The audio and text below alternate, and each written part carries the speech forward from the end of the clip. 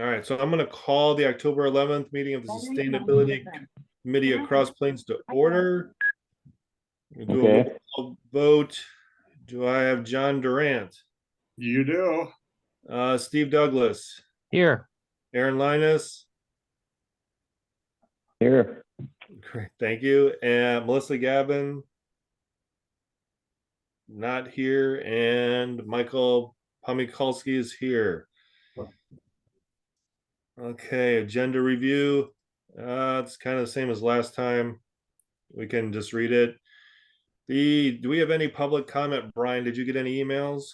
I did not for this meeting. Yeah, and I don't think anyone's on.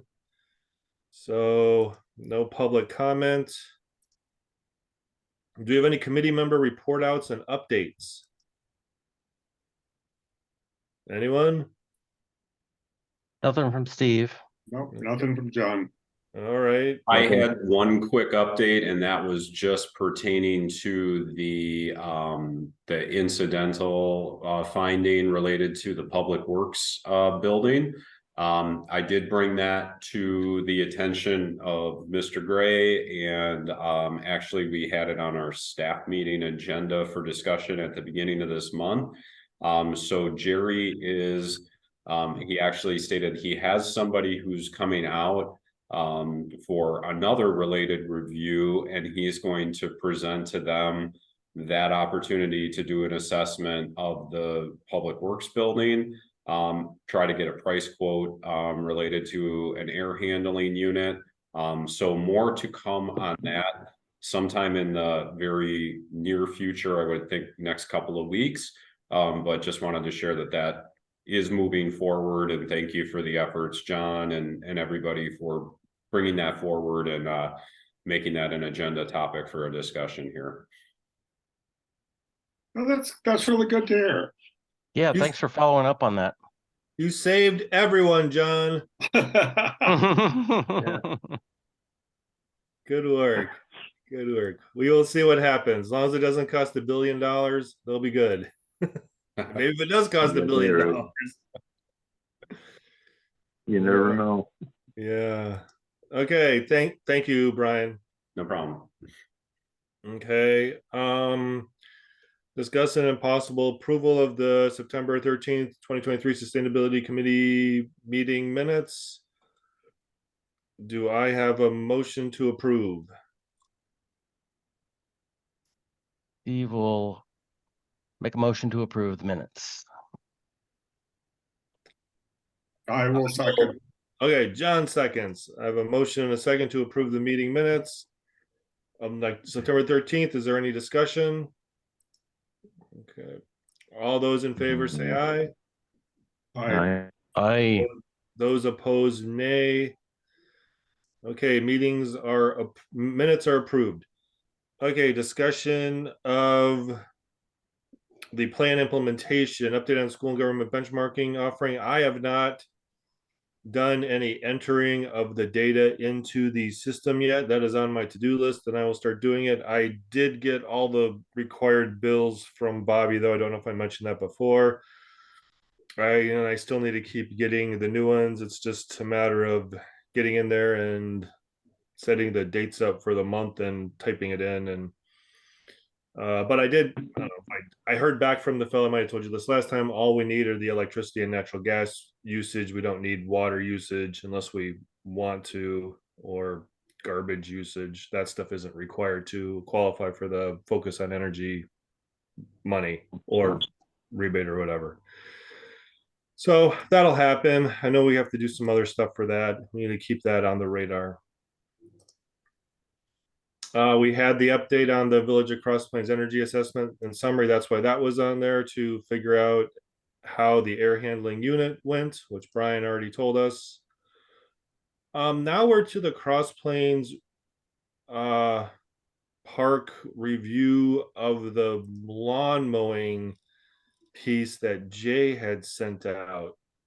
Oh, wait, what just happened? Yeah, we've got some increases in mowing cost, and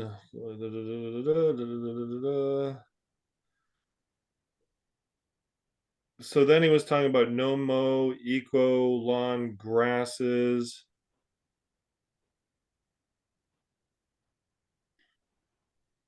Run that by again, please. Well, he's talking about No mow. like low mow grasses or no mow grasses or eco lawns that you only have to mow once or twice a year. He wanted us to look into it, so that the village could possibly plant these grasses and not have to mow them every week because the mowing is just expensive.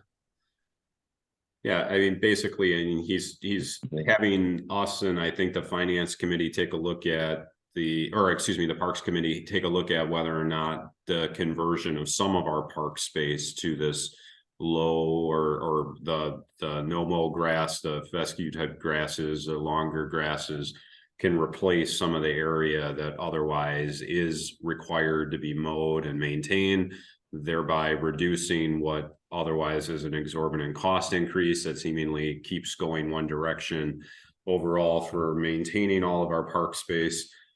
So just kind of an assessment and figuring out what might be in the village's best interest moving forward, and whether or not some conversion of that might actually in the long run save the village money and not impede, you know, access to our park spaces that the community really enjoys. Yeah, it makes sense, I suppose.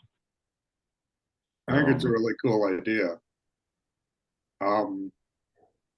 Can I ask how much roughly that the village spends on actual lawn care during the year? Are there any figures for that, or is it? Yeah, I mean, I know it's not cheap. he put the figure on the memo. Let me go up to it here 1 second. So from 2022 to 2023, it tripled in cost from our mowing estimate from 36,000 to over 100,000. And 2024 estimates for the contract are going to be between 80 to 100,000 for the year, which no contract has been signed as of yet. Oh, wow. I didn't think it was that much. Oh, okay. Thank you. Hey, Brian, do we contract that out, or that's village staff that does our mowing? So it is currently contracted out. It's been that way. Michael might remember the exact time frame, but it's been that way for a number of years. During one of our most recent board meetings, Mike Axon, the Parks and Rec Director, had given the received quotes related to the new potential contracts for 2024 for lawn mowing services, and then brought up the potential of the village even hiring someone solely to be on staff for as primary purpose mowing for the summer months, and then to be utilized in other capacities over the winter months. They're kind of still looking into the cost benefit analysis on what might be the most financially beneficial or long-term beneficial option for the village. I'm sorry, would that be like an employee of the village? Is that correct? Correct. That was one of the alternative options to continuing with a contract. I mean, if without having a contract, if the actual city employee was employed to do that type of work, both winter and summertime, he'd be an employee of the city. Is that correct? Yeah, correct. If they were to go that option versus a contract, then it would become a village employee. Okay, yeah. Well, that makes sense. That's what most landscaping companies do, pretty much, I think, you know. But yeah, that's a good idea, I think. A question. I'm just reading through this, and I'm guessing, but you can tell me if I'm wrong, that Jay is asking us to come up with a cost of transitioning and planting. No, he doesn't want us to do a cost. I think he's just wanting to see if this is a good idea. I mean, do you want to get rid of the grasses that we have and plant these fine fescues. I mean, will these actually work, or will they just end up dying and you're just left with a field of dirt, essentially?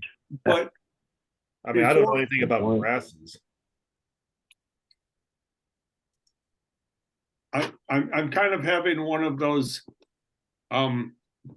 pretending I'm on the finance committee now, which I am, of how can we say it's a good idea if we don't know how much it's gonna cost to do it? I don't know. See, this is, yeah, I don't really have any idea. This is just kind of an idea that Jay has, and so to make it seem like he's not steamrolling everything, he throws it out to some committees, and if they approve it, then it seems like it's not just his idea to do it. So he's asking for our opinion when I think he wants to do it. Just being honest there. Because I mean, generally I would say yes. Unless it's gonna cost us, you know, throwing out a dumb number, $5,000 an acre to convert this over, get rid of the other grass and put new grass in, because then we're spending $250,000. Well, yeah, I know, and that's and I agree. And here he talks about once this yard is established, they don't allow weeds and all of that. I'm like, okay, well, see, this is where I'll be honest with you, I haven't done any research on this. This is something he talked about at the board meeting, which probably should have looked into this more before this meeting, but I didn't have time. But I mean, so I mean, just reading this thing here, he talks about once established, once established. If you go out into some of these parks and tear up the grass that's there, that's well established, I mean, what do? Do you plow it all under with a, a farm implement?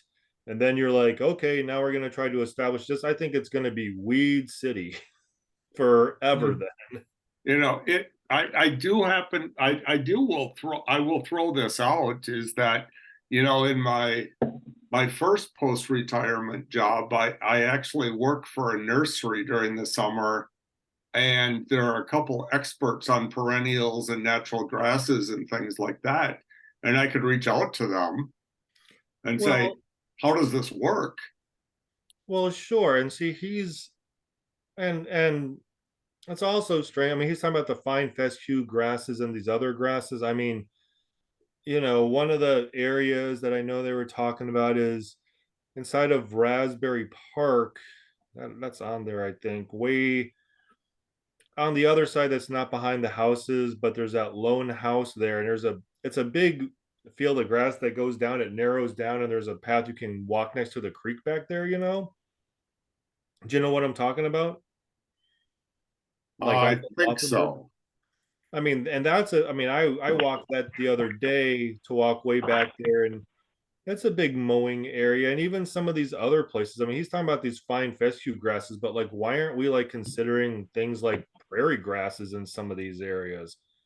I mean, why does it have to be a low maintenance grass unless he's concerned if you do prairie, you have to go out and burn it and it's a high maintenance thing. He doesn't want to do all that or whatever. I think though, in talking with Mike Axon just briefly about this, he did state that some communities that have used this, they might even burn this grass like twice a year. Oh.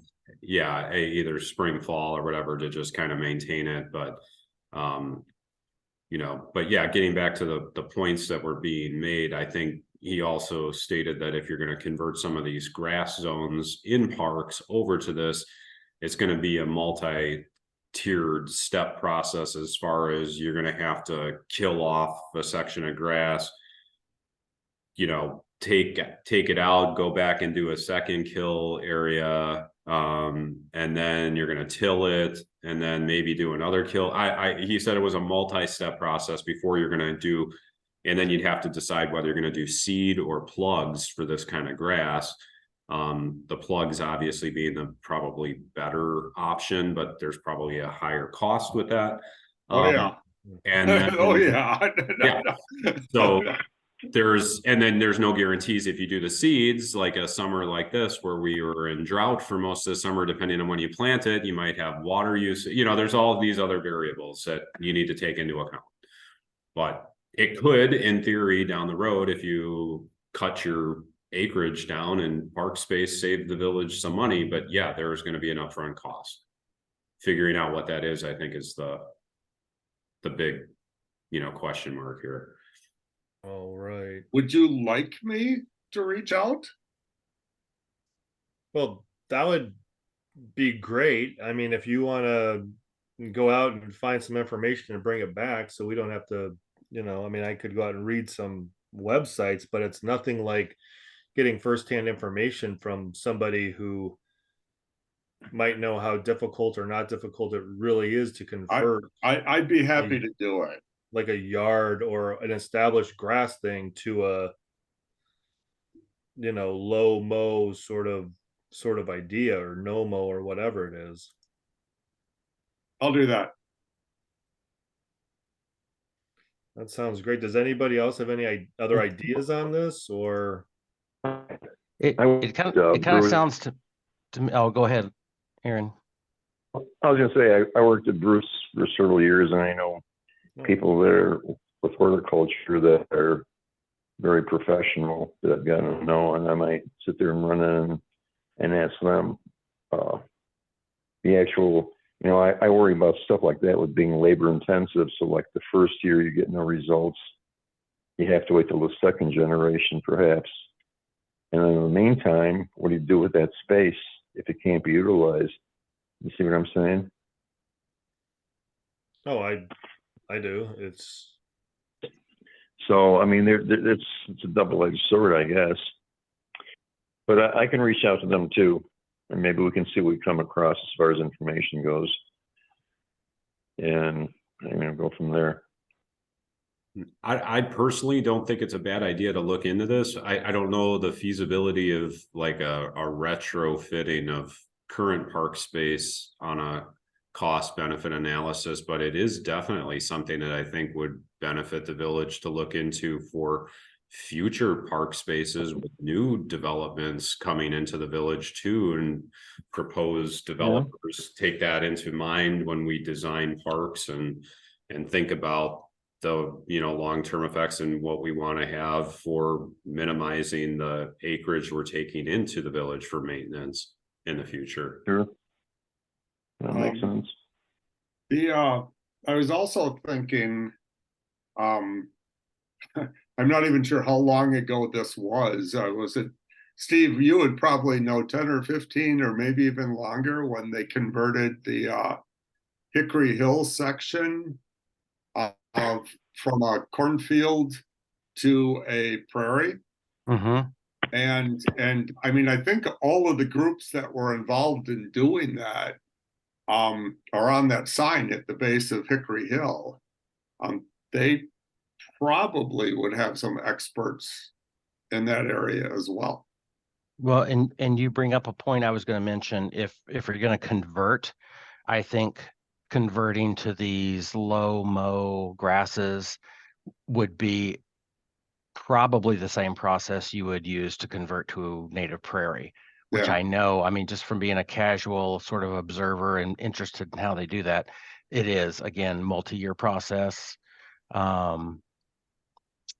It's quite labor intensive. Yeah, that was 3 years minimum to go from when they had corn to when they finally had prairie plants growing. so do they burn that up there every year? Every 2. Yeah, Every it's not 2 every years? year. I think it's every 2. Yep. Okay.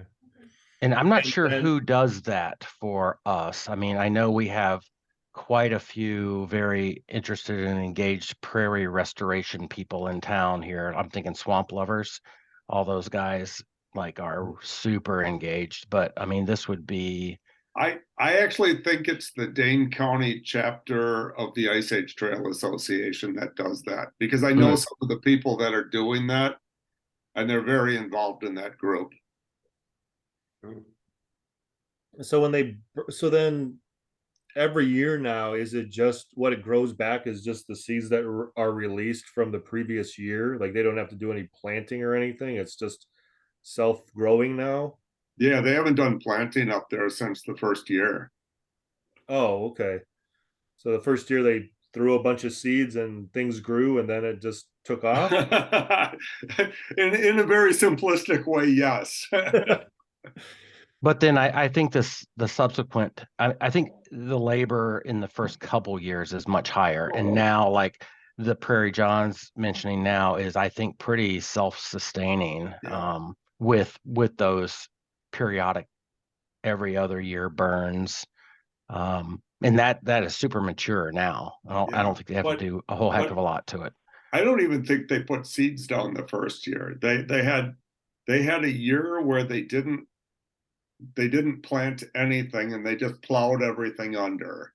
Right. And then they had in the second year before they planted anything, if I remember correctly, they burned up the weeds. Then they planted in the fall.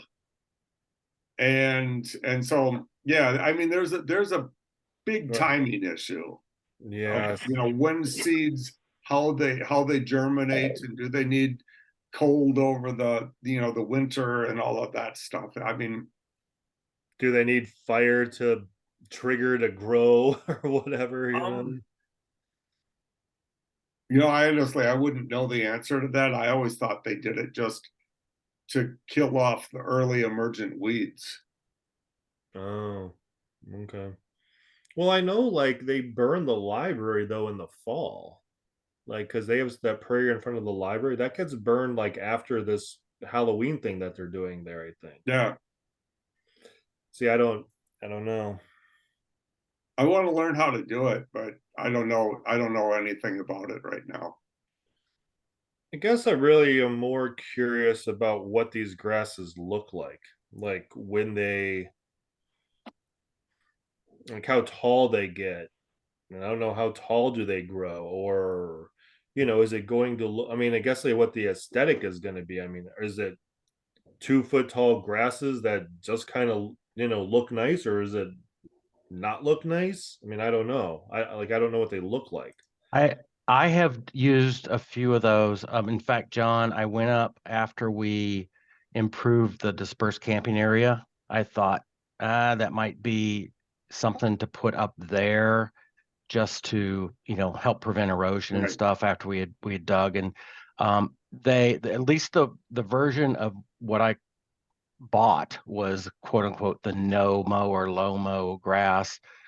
It was a very fine plant. It was no more than probably 12 inches high, and it was very wispy. It kind of just falls over. It's not like it's sticking up very prominent. It looks more like a carpet when it does its thing. Right. And that's what I think he might be talking about because he down at the traffic circle down at the end of Laufenberg. Um, Originally that circle was supposed to be like pavers, like concrete pavers, like it wasn't supposed to be open for like grasses or whatever plants to grow in there. And I sort of asked not to have pavers put in there so it just didn't look like a big continuation of concrete, but to try to maybe get some water in there, maybe get something growing. My initial thought was even maybe plant a tree in the middle of it, but looks like they moved the sign for the it's a roundabout and put it right in the middle of it because one of them got hit by somebody and knocked down. But Jay then, and this was during the talks for that development, talked about putting these Lomo grasses in there.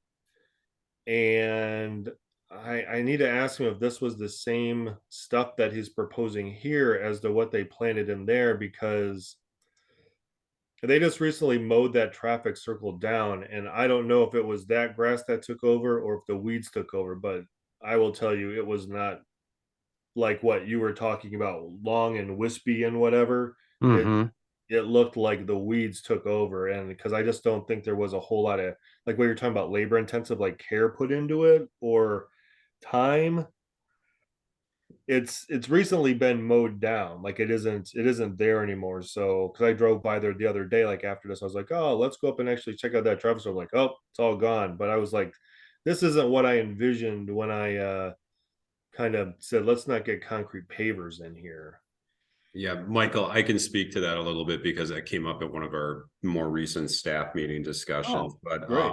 so that particular calming circle at the end of Laufenberg, right before you enter the Creek Crossing subdivision.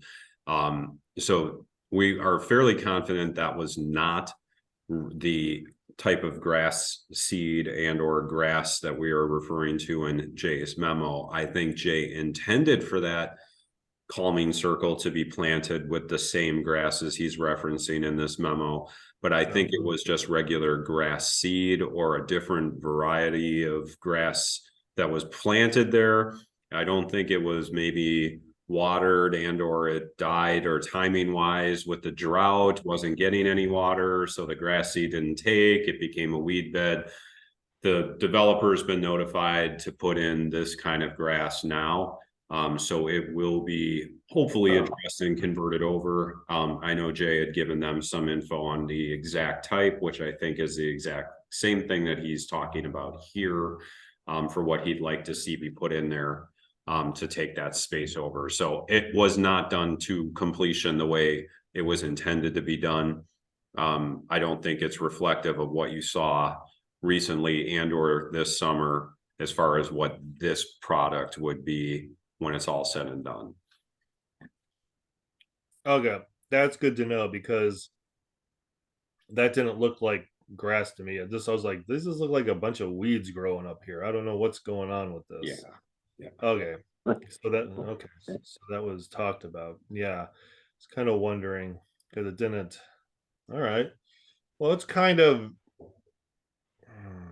well, yeah, that's kind of, I mean, it's good to hear that that's what happened, but I wish they would have done it well correctly the first time, because that would have been like a really good example of like we, maybe that could be like our trial bed to see if like this stuff really works, how long it takes to establish it before we like go and plow under a bunch of grass that already exists in parks. That's probably a good idea. I mean, looking at that list too, if you scroll down there, Michael, or I'm sorry, Brian, there's going to be some areas that are legit kind of needing I don't know if you want to call it lawn or a traditional mowed space. I'm just thinking about kids kicking soccer balls. We don't want to like engulf every green space in Cross Plains and make it, convert it to this grass, this long grass where people don't feel comfortable like just kind of walking in it and walking the dog and kicking a ball around and stuff too. So some of these I think legitimately would benefit from staying as a sort of a mode space. Well, and Steve, with that I completely agree with you. I don't think, even if this grass, that's why it would be nice if that traffic circle would have been done. So it would have been a good example because then people could see it. But I agree with you, because if you start to get longer grasses like that, people aren't going to want to walk through it. You start to get, would ticks start growing in it? Would people want to let their dogs run through it? Ticks, etc. Um, just things like that. Do you really want that inside parks? Now I know like certain areas like here, like with the Scenic Valley parks, like Scenic Valley, the retention pond, like out there, like that retention pond is pretty big.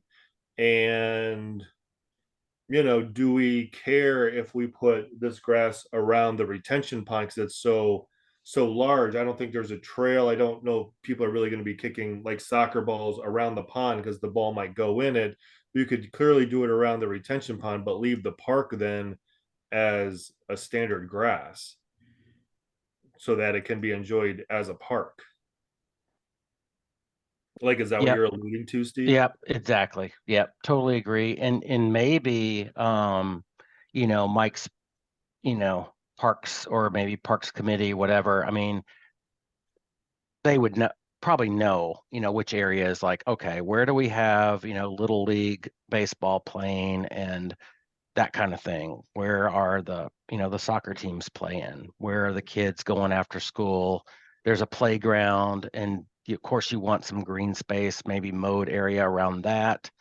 Um, so I'm looking at this long list, and maybe it gets whittled down to half, or maybe there are some, quick wins on there. Like maybe there's even just, 3 of them that are big.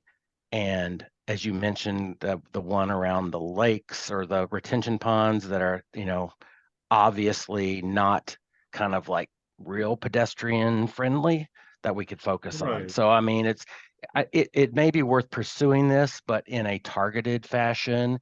And if John and Aaron could, tap into their experts and just say, give us an idea of, okay, yeah, you want to do this, it's going to be X amount of dollars per acre.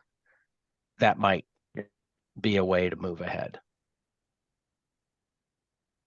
Well, yeah, that's fine. I mean, I think the proper way to do it is, yes, cost-wise for sure, and do it by a strict dimension, so you can get an idea of saying, okay, it's going to be X amount per foot, so let's measure the area you want to do and figure it out on their own basis, which makes sense going forward. Again, I'm just curious about the upkeep and maintenance, or the initial, how can I say, the initial testing round. Does it take 1 year, 2 years before usability? I just, where's it at? But I mean, that could be found out by going through the sources too, I guess. So you can get as much information as possible on that. Yeah, I mean, I'm just kind of going down, just trying to see. I mean, really, this list should be, yeah, at least I have to find out more information, but it's just like, I mean, if you look at, I mean, the Bear Park plus trails plus evergreen right away is 523,000 square feet. I mean, that's almost 20% of the total square footage in Cross Plains in terms of park wise. I mean, the evergreen right of way. I mean, if it's a long road, I don't know how much of this is actually in the park, how much is the right of way. I mean, this is why it's so difficult to judge that. Like this, it's even like, as you look here at like even Laufenberg Island, 60,000 square feet. Like in Laufenberg, the one island closest to Bourbon Road is where they kind of have it planted like with prairie grasses. And I've often wondered why the other islands aren't planted the same way. And I was told once, I think it has to do with drainage, which is why the other islands aren't planted that way. But again, like to what you were talking about, if you go in and you plant this grass that's, what did you say, a foot tall or 2 feet tall? How Yeah, tall? but no, it's pretty low actually. It's about a foot, or 18 inches maybe. But And it, like, it just kind of, it doesn't even stand up like a lawn. right. You would think it's more like a wispy kind of thing, kind of Yeah. lays over on itself. So if you looked at it, the whole thing, it might be, standing up, 10 inches. Right. No, I know. I just don't know. I mean, I understand if it's like a no-mow or a low-mow type thing, how it would save money, but just from the aesthetic and from the usage, because like with the Laufenberg Islands, like let's say if those were considered, well, okay, yeah, that's grass. We don't have to mow in there, but now you get a 10-inch wispy grass. I kind of wonder when people are walking their dogs, how many dogs use those islands to do their business and people pick it up. And now if you have a 10-inch grass that's wispy, what happens? you know, Mm-hmm. are we taking away, you No, know, that's a very good point. Walking it's my dog every day. I mean, you know, she's pretty picky. And if she has to go and, you know, she'll take the lower mow option. Exactly. Like that's what I mean. You Yeah, know, for it's sure. kind of these are it's sort of like what we're alluding to where it's low pedestrian access, lower usage, and looking at these it becomes, you know, and this is sort of the same idea along the evergreen right of way. I wonder how many dogs use that right of way. You know, if you plant all this grass on the side of it, like what happens, you know? Well, Would it be worth picking a spot that is sort of obviously out of the way, like not a pedestrian or you know, used by people or dogs, and just have it be a pilot? I mean, a very small area, and we well, that's pilot this idea. I mean, once we find out what it's going to be. I mean, if it's thousands of dollars to do, you know, a little square, then that's probably not worth it. But do we pick a spot and just pilot this idea yeah, and I think say, you know, that's to be determined, the rest of it? right. Yeah, I think that's kind of like what sounds like is going to happen with the Laufenberg Circle, would because it's going to be converted. It sounds like in the springtime, from what Brian said. Oh no, well we have. If you guys want to do that research and find that stuff out, that'd be great. Yep, yep, sounds good. Okay, and I'll go out and do. I think I know what grasses he's talking about, so we will see. All right, well let's move on.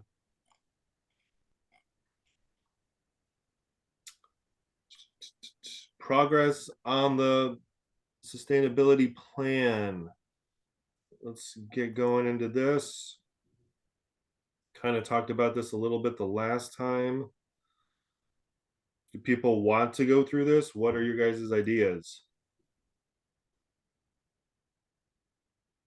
Let's, I don't have a list in front of me, unfortunately. It's not on my computer, so I'm using my phone. So what would that item be?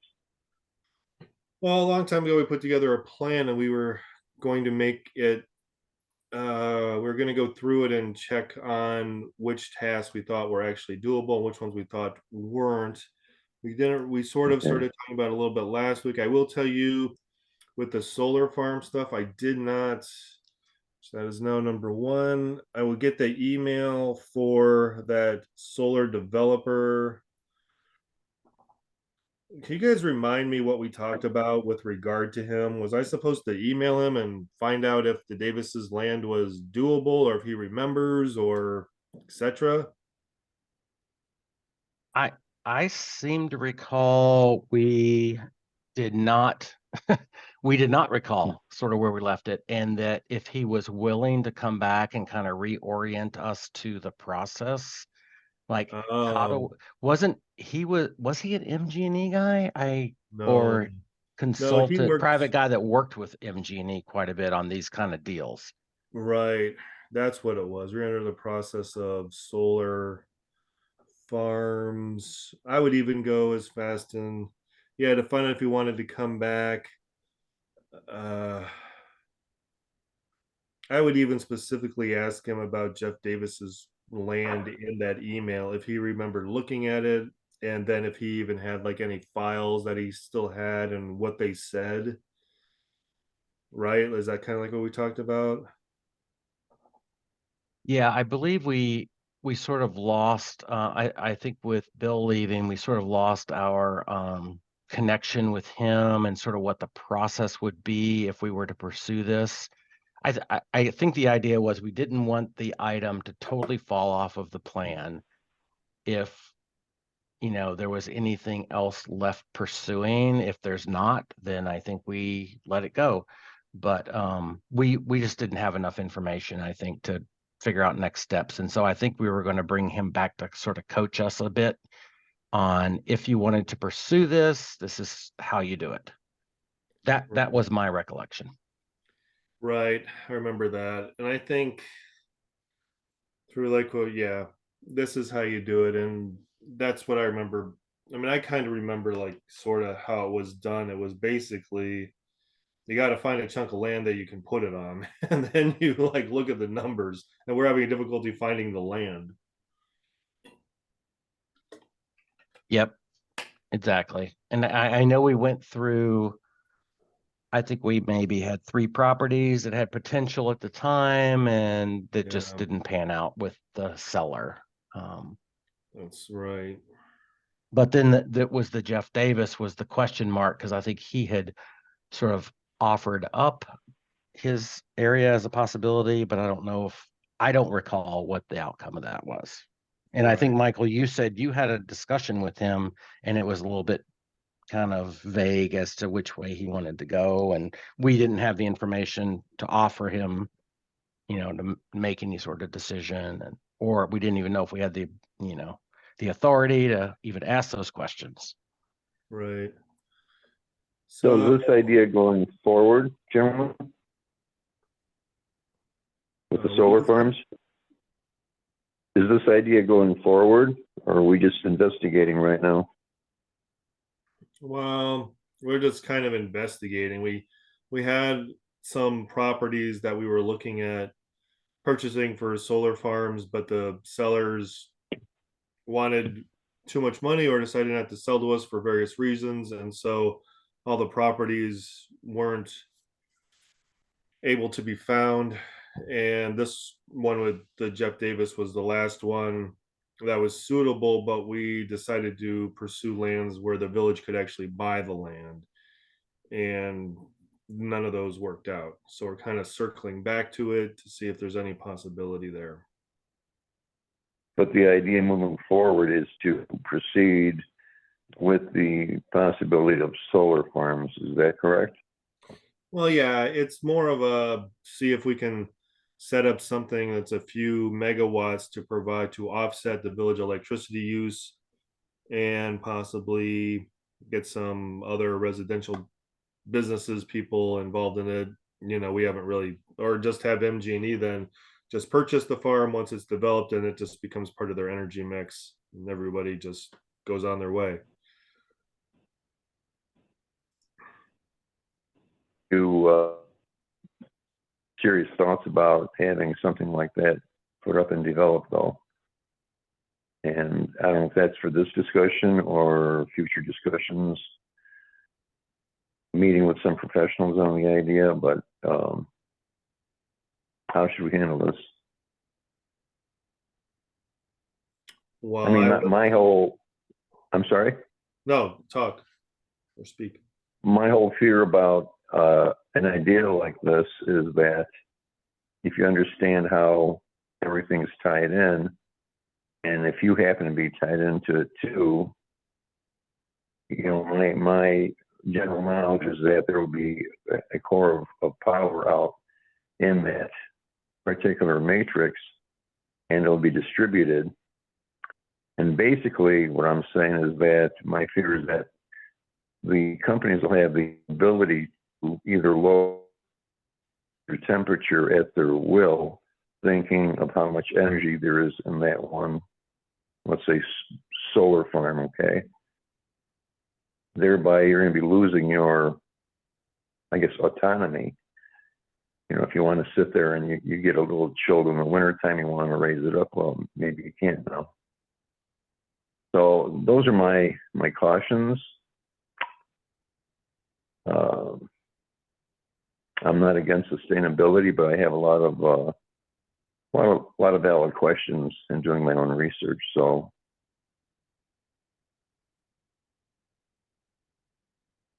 does anybody have any questions or No, I don't think so. And I mean, those are my feelings, and that's why I wanted to know where we're at with the general idea right now. All right, that's all I have to say, I guess. okay. Well, I said that's all I have to say okay. about that. Yeah, I don't know. We'll continue to talk about this and see where it runs, see where it goes. Yeah. Sounds good, gentlemen. Yeah. Um No. Does anybody else have any other thoughts on the plan or plan implementation? Michael, do you want to, or I'm sorry, Brian, do you want to like click on that and pull it up? We can just Sure thing. maybe run through it.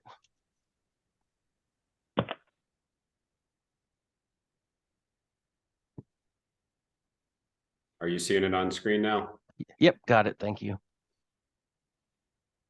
I think we have a red status there because we ran into a brick wall the last time on Right. item 1 or priority 1. Yeah, we're gonna see. Yeah, well, that's just because of the land issue with the possible solar farm. So, um, we have the water retention, work with CARPC to reduce threat of flooding. I guess that's still happening on. Mike Rupiper doesn't work at CARPC anymore, I don't think. That's He does on now. that list there. On the status update, or somebody new there, I believe. Oh, with regard to the light ordinance piece, right now Middleton is going through like a complete rewrite of their zoning code, their lighting ordinance, their sign code. They're like updating it from like they haven't updated it since the 1980s. So it's kind of interesting. Some of the stuff a week ago, Monday, they had a thing at the library concerning it. And so I went to it. I was just kind of curious, like what they were doing with their zoning stuff. And they're actually implementing a zoning code that's very similar to the village of Cross Plains. It's basically the Vanderwall, Mike Slabney, who was like their main planner, like template. And they're basically going through and adjusting the template as they go through it. And I asked them about their light ordinance because it seemed very similar to ours. Like some of the language is like exactly the same. And that's when we started talking about, well, it's just Mike Slabney's like template piece. And they said they hadn't even really started to discuss it a whole bunch. So this is something else. I'm going to email one of their planners because it sounded like one of the other older people in Middleton is I don't know, interested in light ordinances, interested in dark sky sort of ideas, sort of like what I was along. And it sounded like they made it sound like she was going to have some input into this light ordinance. And I'm going to see if I can get in contact with her and just kind of talk with her about what some of her ideas are. Because it'd be great to partner with a municipality that's very close to us, so we can kind of, I don't know, see what we can do mutually. How does that, like, if you get what I'm saying? Yeah, I mean that sounds good, Michael. And I know well on our agenda, I think maybe you're the next item on light ordinance. This is probably what you were going to talk about. Yeah, that's why I was talking about this. Yeah.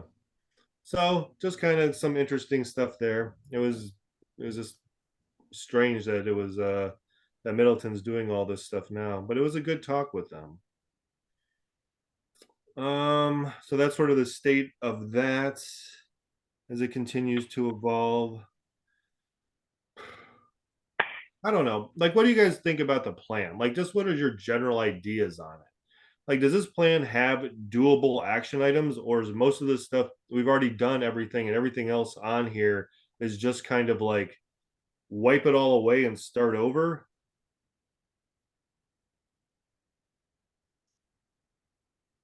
I wouldn't say that.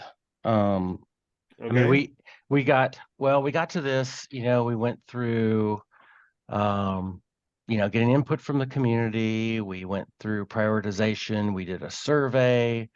So I mean, I think these things are, well, we could review them, but I think a lot of them are probably still relevant. We have ruled a few of them out, but a lot of them are still relevant.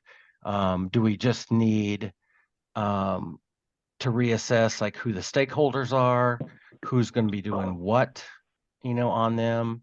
Like, Andy's not on the committee anymore. Kevin's not on the committee anymore. They all had, some stake in this or some follow-ups or whatever.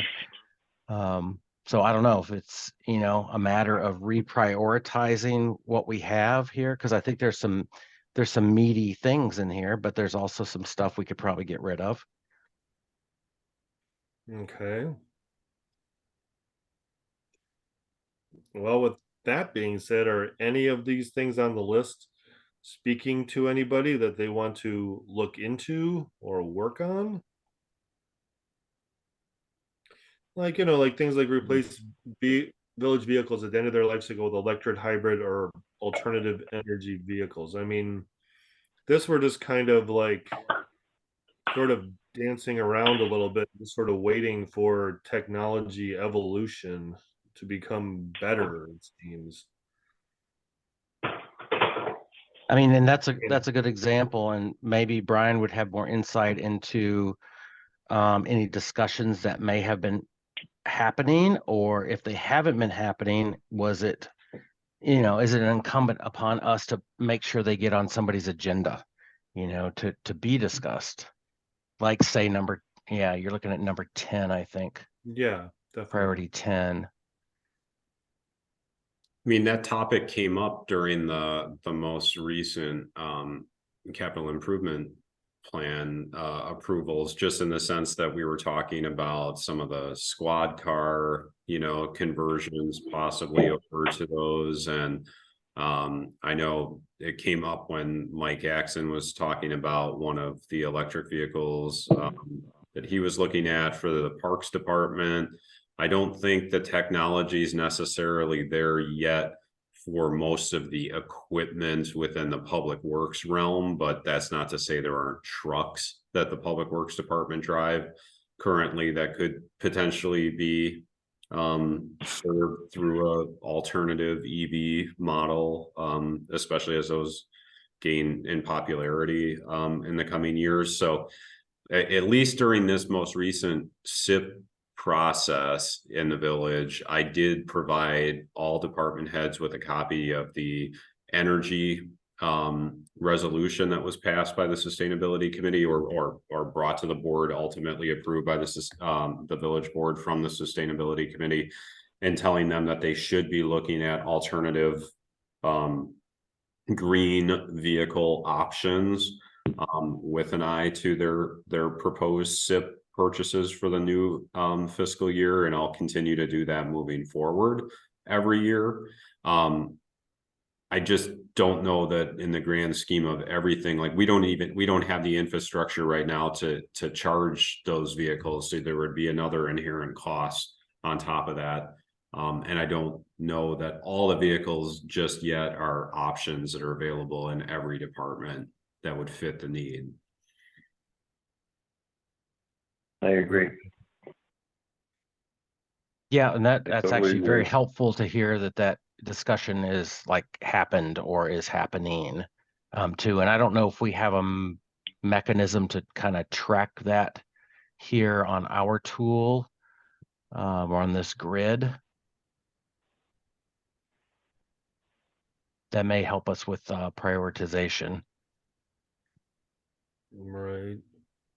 I mean, I will definitely, as we're moving forward, it sounds like with our Village Hall police station plans, try to emphasize the forward thinking vision of establishing placement. If we don't have it in the current spot, at least establishing placements where these EV charging hookups could exist, say within the police department and or out in front of the village hall for our own vehicle fleets and or the public that are going to visit the village hall, who might want to use the parking spaces as, charging stations while they're visiting the park and all these other aspects of the community that we're trying to encourage. So I think in the grand scheme of the vision of where we're going here in Cross Plains, I think that that's going to be a part of it. I just don't know on the short term if it will necessarily be in the final plans for the immediate building construction, but I think space placement for those to be built into it, perhaps down the road in the short term, definitely needs to be part of that overall thought process. So I have a question, if I may.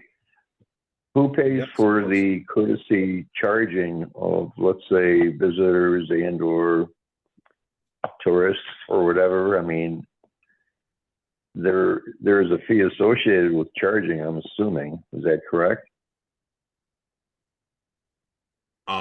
For public stations, we haven't gotten into much discussion on how that would work if it were implemented here, other than we would like to see some area of the parking lot that would have the capacity to allow for that. But no, we have not discussed like anything related to, are there fees for hooking up to it? Are these only for employees? Only for village vehicles? None of those discussions have occurred yet. Okay, thank you. Mhm. Here's a, I'm just making a note here. Oh, John, John, I think you're on mute. Sorry. It really comes down to a little bit of how we want to use those stations. You can look at some businesses out there like Kohl's department stores, for example, or Florida. The state of Florida, I was amazed when we were down there last time and saw all the free EV charging stations that they had, just because they're trying to bring tourists there. Kohl's is using them because they want customers to come to their stores. The city of Madison has, or they did, I haven't been in one of their parking structures in a while, but they were using it as, bringing customers to downtown or tourist customers, or however you want to look at it, to downtown Madison. So it really depends on, I just want to throw out that it depends on how Cross Plains is planning on using these things. Are they using them because they want tourists to come and they want to give them an advantage? Are they using them as a profit center? Because I gotta tell you, an EV charging station is going to be a crappy profit center. It just is. It totally comes down to it. Having owned an EV and having a charging port in my garage, I can tell you that we charge that car every night. And the difference between, when we had the car and when we didn't, it came down to $2 a month. That was the difference in our electric bill. From So- charging your car, it was $2 to charge your car every night. That was it. No, $2 a month. Right. Yeah. Is this They're not expensive to charge. That's Is wild. this a pure electric car, or is it Yeah. a hybrid? It was a pure electric car. There's no way it costs $2 a month, John. Just saying. I mean, I track my electric bills. $2 a month. That's like Yeah. 15 kilowatt hours. Yeah, I don't know about that. Well, you can know about it or not. I know what my bill was. Well, that sounds amazing. I mean, that sounds like It was so much cheaper than a gasoline vehicle. how many miles did you drive this car a month? That's the question. If you I only drove drove it 2 miles 15,000 a miles month, a then it year. could be $2. I drove 15,000 miles a year. It was my commuter car. You put 15,000 miles on it. You're telling me it cost you $24 in fuel costs? It did not cost me. It's cheap. Holy The crap! charging station was $500. Right, to install that, but the electricity was only But the $24. electricity, I did not do fast. I did not do Type 3 charging. I did it in the middle of the night. Well, you don't have a rated meter. Yours is just a standard residential meter, right? It doesn't know timing, right? It was cheap.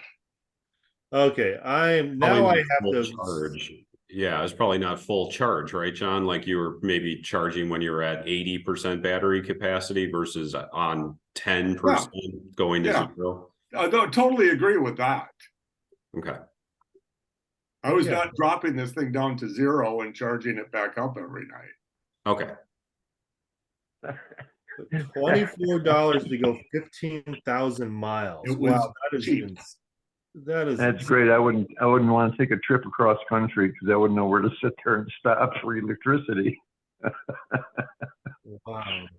I want to look at this vehicle, John. Which one is this that you're Yeah, driving? what it was car a do you Nissan own, Leaf. John? What It car was do you- it was a first generation Nissan Leaf. Oh, wow.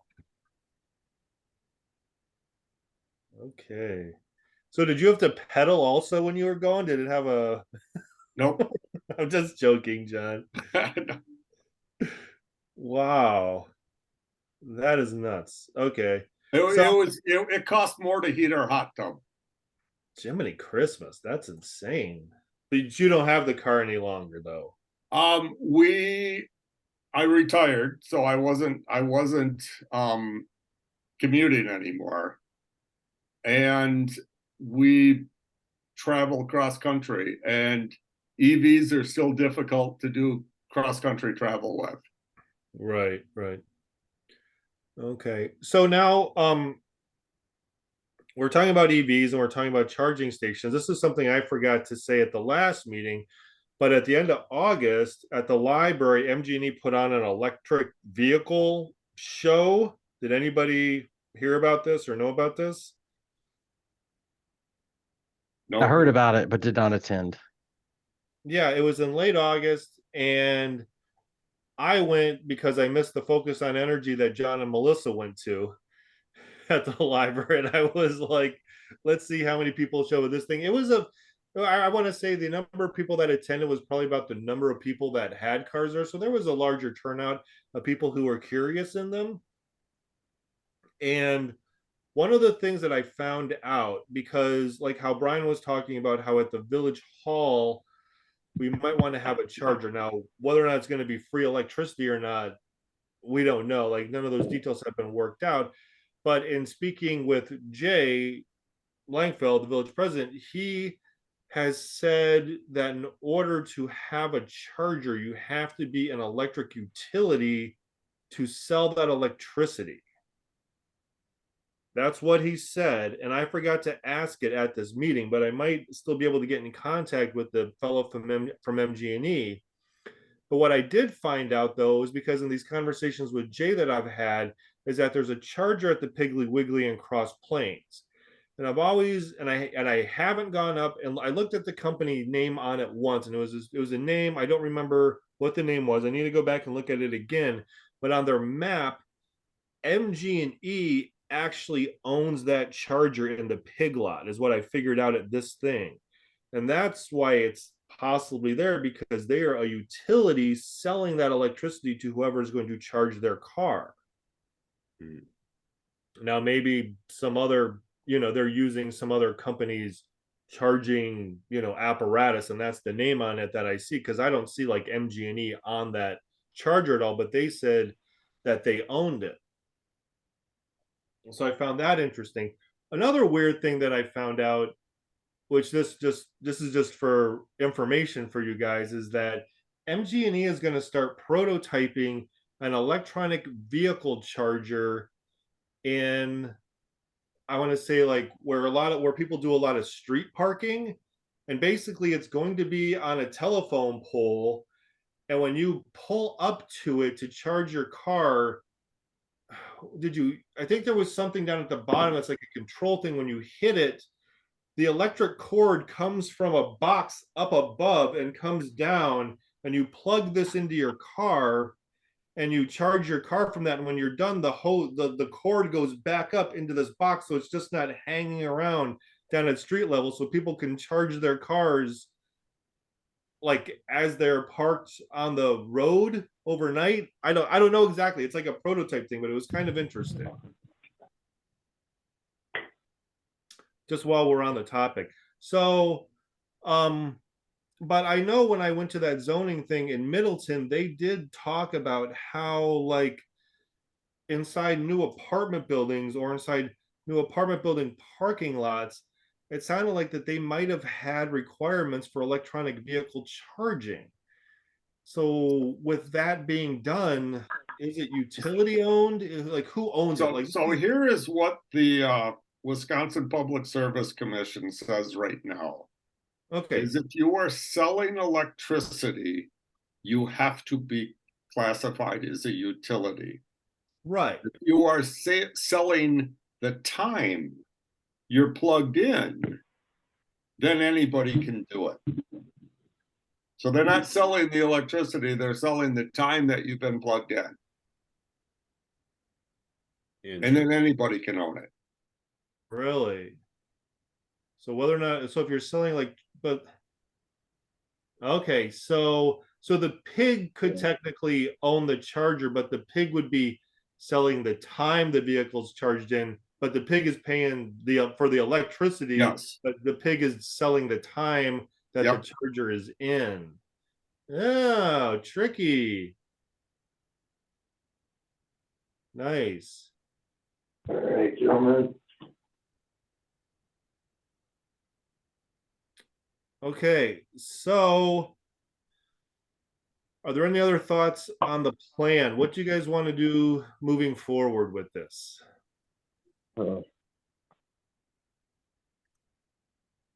Ideas? Do we bring this back? Are there things people want to work on? Doesn't feel like we have a real plan around the plan. Like we have Right. a guidance document that, you know, a lot of effort went into making. We took an initial pass where people volunteered to take, you know, the first stab at something, and I think that has fizzled. So I'm wondering if we need a process to sort of re-engage with the plan. Like, do we want to have next meeting be prioritizing the plan? Do we want to have, you know, and we blackline stuff we don't want to do, or we assign people to, you know, research feasibility on some things? We can't do the whole thing at once. You know, do we start just taking 3 items at a time in these meetings and say, is it in, is it out, who wants to investigate? I mean, looking at the whole thing at once, it's too much, you know, to chew in one meal. But could we start working our way through in some fashion to come up with some actionable next steps? Because it seems like it's kind of out there waiting for someone to say, hey, I'll look at this. And if it doesn't have feasibility, then they shouldn't really be wasting their time on that. So Well, I don't know if sure. people know where to go. So what's the process for maybe getting an action, some actionable item, or, you know, yeah, actionable items around those line items? Well, how about we say this? Come back, look at the plan, write down your top 5 things you want to work on. And then we see if any of them match, and that's what we work on. Let's just keep it simple. We don't have to, you know, the things on the plan aren't going to get done by themselves. People have to want to do something with them. So that's why I say pick your top 5 that you want to work on, and that's how they get done. Basically. I mean, is Makes that sense. too simple? Is that not, is that, Makes sense to me. I mean, a big, yeah, I don't know. I don't know how else to say it, you know? No, that makes sense. Let's go with that. And I'll even go off the map. If one of your top 5 isn't on the plan and you've read something, write it on your list as well.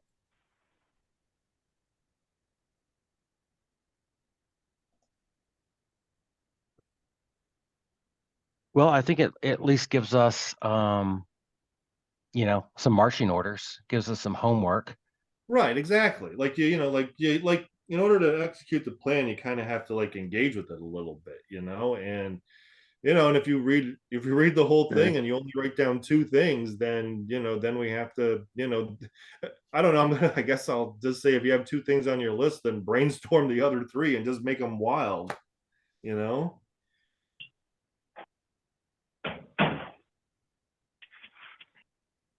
Does that sound doable?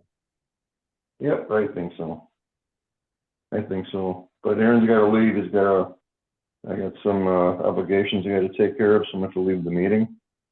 Okay. That's yeah, that's fine. We're gonna be done here in a second.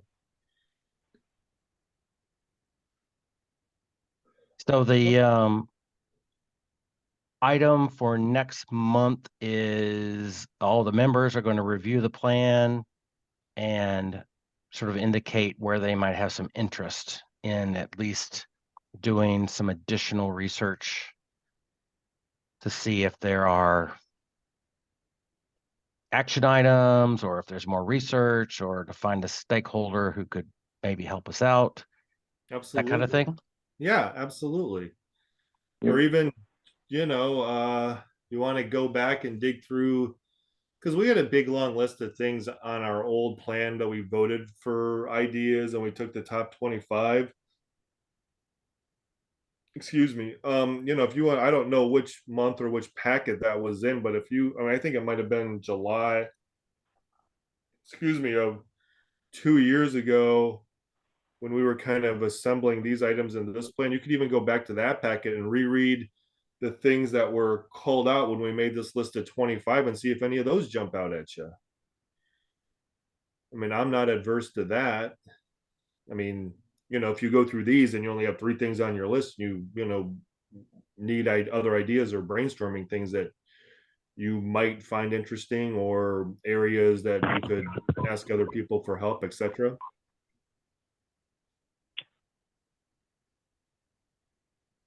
I mean, if so, like, I'm just trying to figure out like what we want to do, and you know, just we just need feedback, or just like what does the committee want to do? I mean, do we want to try to put solar on the library?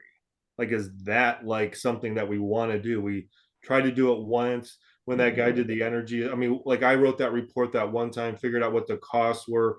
Do we want to pursue, contacting Kathy Kuntz at the Dane County sustainability thing? Like, are there any Inflation Reduction Act monies that could help us facilitate putting solar on the library, and like three-quarters of it's going to be paid for through grants, like something like that? I mean, that isn't on our list, but that's something that we could possibly do.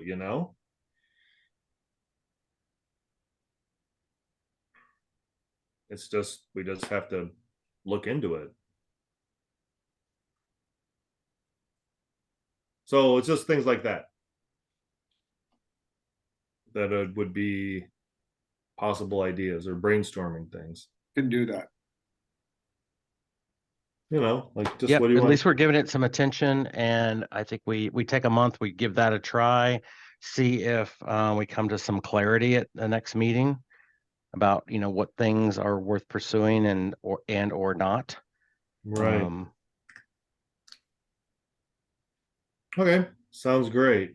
So, okay, we just did wrap up next day steps, future meetings. Does anybody have any future agenda items?